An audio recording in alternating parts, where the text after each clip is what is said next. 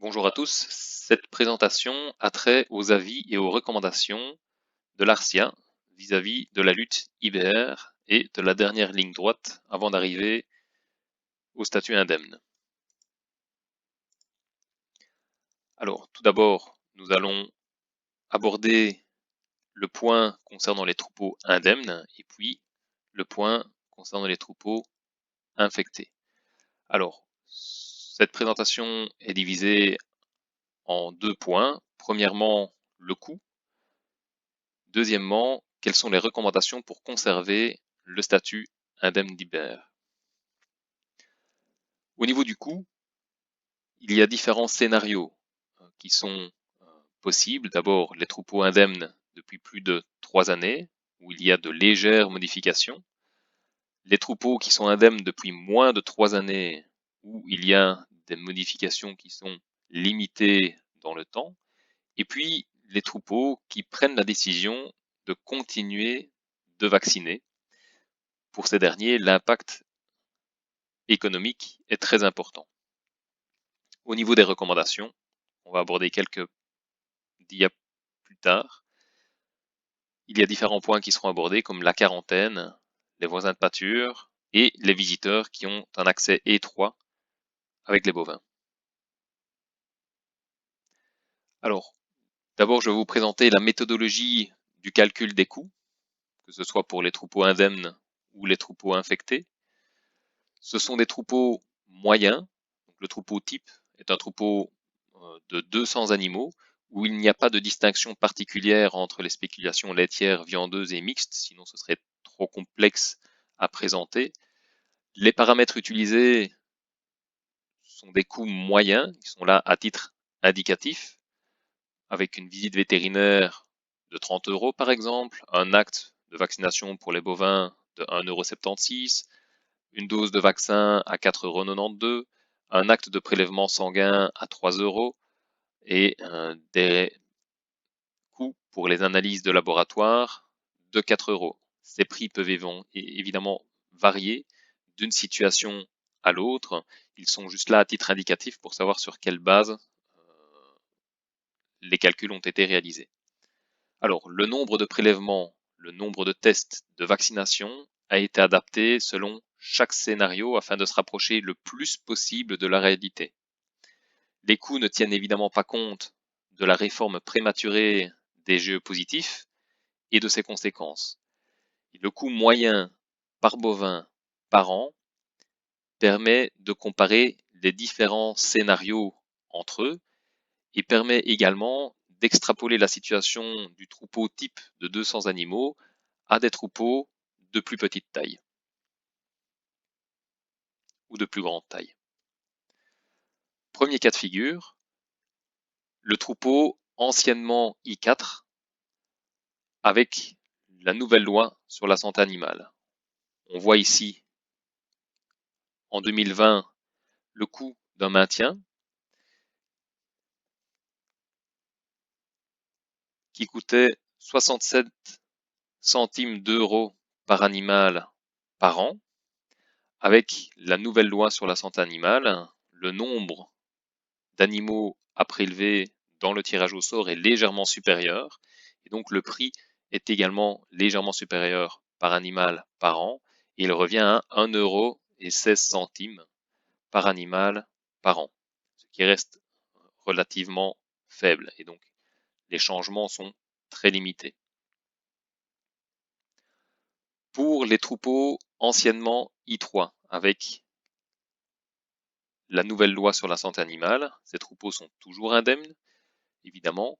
Le maintien réalisé en 2020 coûtait 84 centimes d'euros par animal par an. Avec la nouvelle législation, le nombre d'animaux à prélever est supérieur et donc le coût moyen par animal par an est également légèrement supérieur. Il est de 1,26 € par animal par an. Après quelques années, ces troupeaux vont pouvoir tester les animaux avec le test GB et donc diminuer légèrement ce coût moyen par animal par an à 1,16 €. Ceci, sur 10 années, va coûter à cet élevage 2436 € pour 10 ans. C'est à titre indicatif pour pouvoir comparer les autres scénarios. Vous verrez ça par après. Ici, on reprend la situation, le scénario d'un troupeau très récemment I3. Et donc, on voit ici les flèches représentent donc le statut antérieur, qui était un statut I2 dérogation. Donc, il est parvenu à obtenir son statut I3 in extremis avant la nouvelle législation. Donc, il a encore dû réaliser, on voit ici, un bilan en 2020. Et puis, les 3 années d'après, il a pu réaliser un maintien sur les animaux de plus de 24 mois. Et puis, après 3 années de maintien avec un bilan de plus de 24 mois, il a pu passer au tirage au sort. Et donc, on voit ici, le prix moyen par animal par an était de 6 € pour 2020. En 2021, 2022, 2023, 5 € par animal par an. Et puis, les années suivantes, 1,26 € par animal par an. Avec un coût total de 6 034 € sur les 10 années. La dernière situation, c'est la situation d'un troupeau, anciennement I3, qui décide de continuer à vacciner avec la nouvelle loi sur la santé animale. Alors, dans cette situation-là, il faut bien se dire que le troupeau est passé d'un statut indemne à un statut assaini, qui, avec la nouvelle loi, n'est plus équivalent à un statut indemne. Et puis, après plusieurs années, il a pu repasser à un statut indemne d'Iber. Vous voyez ici l'évolution également. Donc, il pouvait réaliser son maintien Iber sur base du test GE avec un tirage au sort et il réalisait ses vaccinations. La première année, cela lui coûtait 8,51 € par animal par an. Les 3 années suivantes, le prix est fortement supérieur. Pourquoi? Parce que il ne s'agit plus d'un maintien, mais d'un bilan sérologique sur les animaux de plus de 12 mois. Plus les frais de vaccination également, jusqu'en 2023 dans ce scénario-là.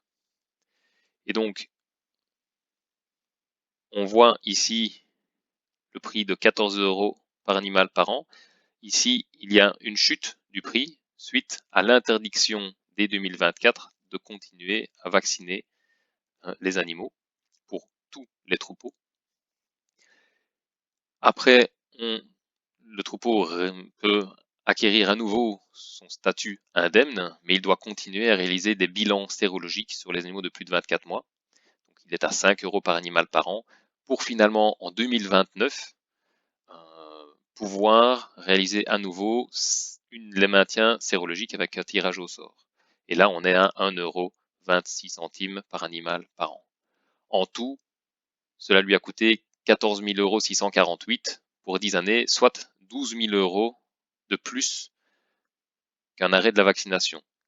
De plus, il risque fort d'y avoir des limitations au niveau de la commercialisation pour ces bovins, étant donné que les bovins assainis ne peuvent pas commercer avec les troupeaux indemnes. Alors, quelles sont les recommandations très brièvement pour conserver un statut indemne d'IBR? Eh bien, il faut savoir qu'il y a 99,8% des troupeaux indemnes d'IBR qui ont conservé leur statut en 2020. Quelles sont les recommandations qu'on peut vous donner? C'est une quarantaine qui est indispensable suite aux risques énormes liés au transport, comme vous l'avez vu dans une présentation antérieure, avec une sortie de la quarantaine uniquement après les résultats de la deuxième prise de sang si celle-ci est négative. Il faut également communiquer avec les voisins de pâture pour connaître leur statut, savoir s'ils achètent fréquemment, s'ils mettent des animaux achetés justement dans les pâtures en contact avec les vôtres, etc. Si jamais vous constatez qu'il y a un risque, il ne faut pas hésiter à réaliser un contrôle sérologique avant le réallotement, éventuellement avant la rentrée des bêtes à l'étable. Troisièmement, il est important également, comme recommandation, de dire qu'il faut mettre en place des mesures de prévention vis-à-vis des visiteurs qui ont un contact étroit avec les bovins. ici, il ne s'agit pas simplement de réaliser une décontamination des mains et de se passer les mains à l'alcool. Il s'agit vraiment de mettre en place des mesures pour empêcher le virus d'entrer par contact indirect avec du matériel contaminé. Au niveau des troupeaux infectés, alors, quels sont les coûts? Il faut savoir que pour un troupeau infecté, les coûts vont être sensiblement identiques à l'ancienne législation. Il n'y a pas de forte évolution. La vaccination est toujours obligatoire. Les bilans sont toujours obligatoires. Le coût va principalement être lié à la réforme précoce des animaux GE-positifs et au renouvellement du troupeau. Donc, il va également y avoir un impact important sur la commercialisation des animaux, parce que c'est beaucoup plus complexe de commercialiser les animaux GE-positifs, comme vous l'avez vu dans d'autres présentations. Et également, les cas particuliers des troupeaux qui sont récemment infectés, ça c'est un cas à part. Alors, quelles sont les recommandations pour assainir le troupeau, mais également pour éviter qu'il y ait une nouvelle recirculation virale? Alors, il y a le protocole de vaccination adapté à la situation, une réforme intensive des animaux géopositifs, limiter les stress. Alors, c'est peut-être plus facile qu'à dire qu'à faire, mais du moins, il faut faire le maximum avec les transports, les réallotements fréquents, les maladies. Il faut limiter tous ces facteurs de stress, mettre en place une quarantaine pour éviter d'acheter à nouveau la maladie, vérifier également ses voisins de pâture pour ne pas se faire recontaminer et contrôler également les visiteurs qui ont un contact étroit avec les bovins. Alors, quel est le coût pour un troupeau infecté aujourd'hui qui va nécessiter 3 années pour s'assainir? Alors, pour ce troupeau, les 3 premières années, le coût va être de 23 € par animal par an, parce qu'il doit réaliser la vaccination et un bilan sérologique. De plus, la vaccination doit être réalisée par le vétérinaire d'épidémiosurveillance. Deuxièmement, une deuxième phase, le troupeau va avoir son statut assaini, avec un bilan sérologique chez les animaux de plus de 12 mois. Donc en 2024-2025, la vaccination sera interdite, donc il ne pourra plus vacciner. Là, on est à 6 € par animal par an. Ensuite, ce troupeau infecté aura le statut indemne d'IBR dès 2026 et devra réaliser pendant 3 années encore un bilan sérologique sur les animaux de plus de 24 mois, donc ce sera 5 € par animal par an, pour finalement, en 2029-2030, passer par un contrôle avec un tirage au sort des animaux géopositifs. Cette situation, sur 10 années, dans ce scénario, va lui coûter 19 850 €. Alors, juste pour information, à titre indicatif, pour pouvoir comparer les 4 scénarios selon le coût annuel pour une exploitation de 200 bovins, eh bien, on peut voir ici, donc en vert, il faut faire attention aux couleurs, évidemment, parce que ce ne sont pas les mêmes couleurs forcément que les couleurs utilisées précédemment. En vert, vous voyez les troupeaux qui sont indemnes d'IBR, qui sont contrôlés avec le test GE. Vous voyez le coût par an avec une même échelle de prix. Vous voyez ici que le coût est très faible par an et n'évolue pas. Le deuxième scénario, ce sont les troupeaux indemnes assez récemment qui ont réussi donc à obtenir le statut juste avant l'apparition de la législation et donc eux doivent faire un bilan sur les animaux de plus de 24 mois pendant 3 années et puis après ils arrivent au même niveau que le scénario précédent. La troisième catégorie de troupeaux exposés ici, ce sont les troupeaux I3 qui ont décidé de continuer à vacciner. Vous voyez ici la différence de prix énorme entre ces différentes catégories, avec une diminution progressive et un retour à la normale après plusieurs années, 8 années.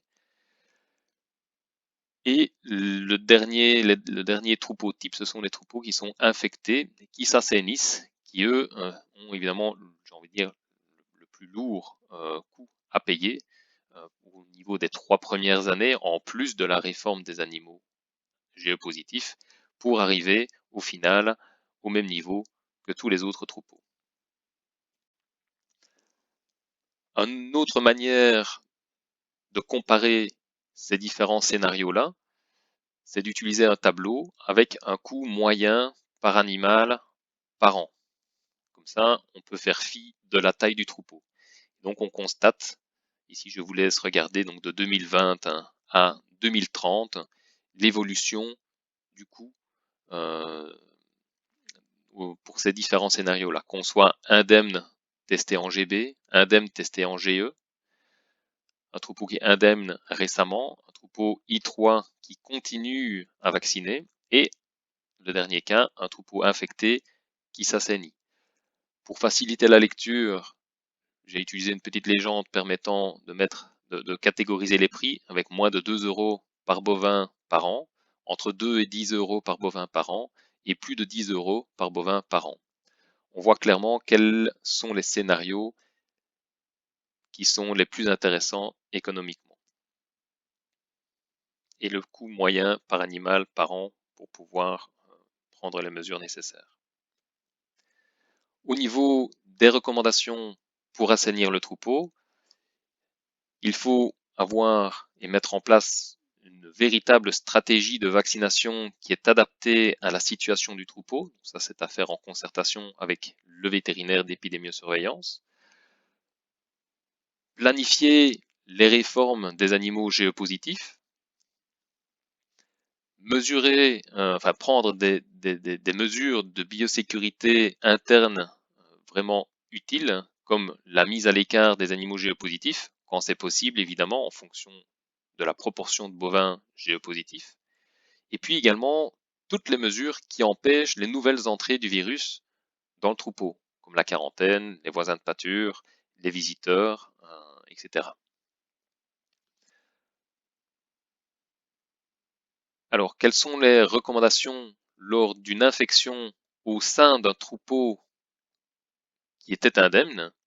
Eh bien, il faut mettre en place le plus rapidement possible une vaccination qui est adaptée à la situation, faire un bilan, réaliser un bilan sérologique rapidement afin de comprendre l'origine de l'infection et également afin de limiter au maximum l'extension de l'infection. C'est quelque chose qui est très utile de mettre en place ce bilan sérologique rapidement, quitte à en faire un deuxième quelques mois après. Ne pas réaliser de réallotement avant la fin de la circulation virale.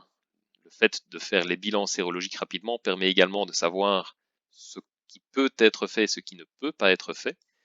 Et puis, mettre à la disposition euh, des vétérinaires les éléments qui permettent l'enquête épidémiologique. Et pour vous également, pour comprendre ce qui s'est passé pour ne plus que ça se reproduise. Avec un recensement des achats et des résultats historiques, ça c'est l'association d'encadrement sanitaire qui est capable de le faire pour vous. Un recensement des pâtures et des contacts potentiels et un recensement des personnes qui ont eu un contact étroit avec vos bovins. Alors, n'oubliez pas que les vétérinaires de l'Arsia peuvent apporter leur expertise dans ces différents domaines et en collaboration avec votre vétérinaire d'exploitation, votre vétérinaire d'épidémiosurveillance, vous accompagner de manière individuelle dans cette lutte qui arrive à son terme. Alors je vous remercie pour votre attention et je vous propose de suivre les prochaines vidéos.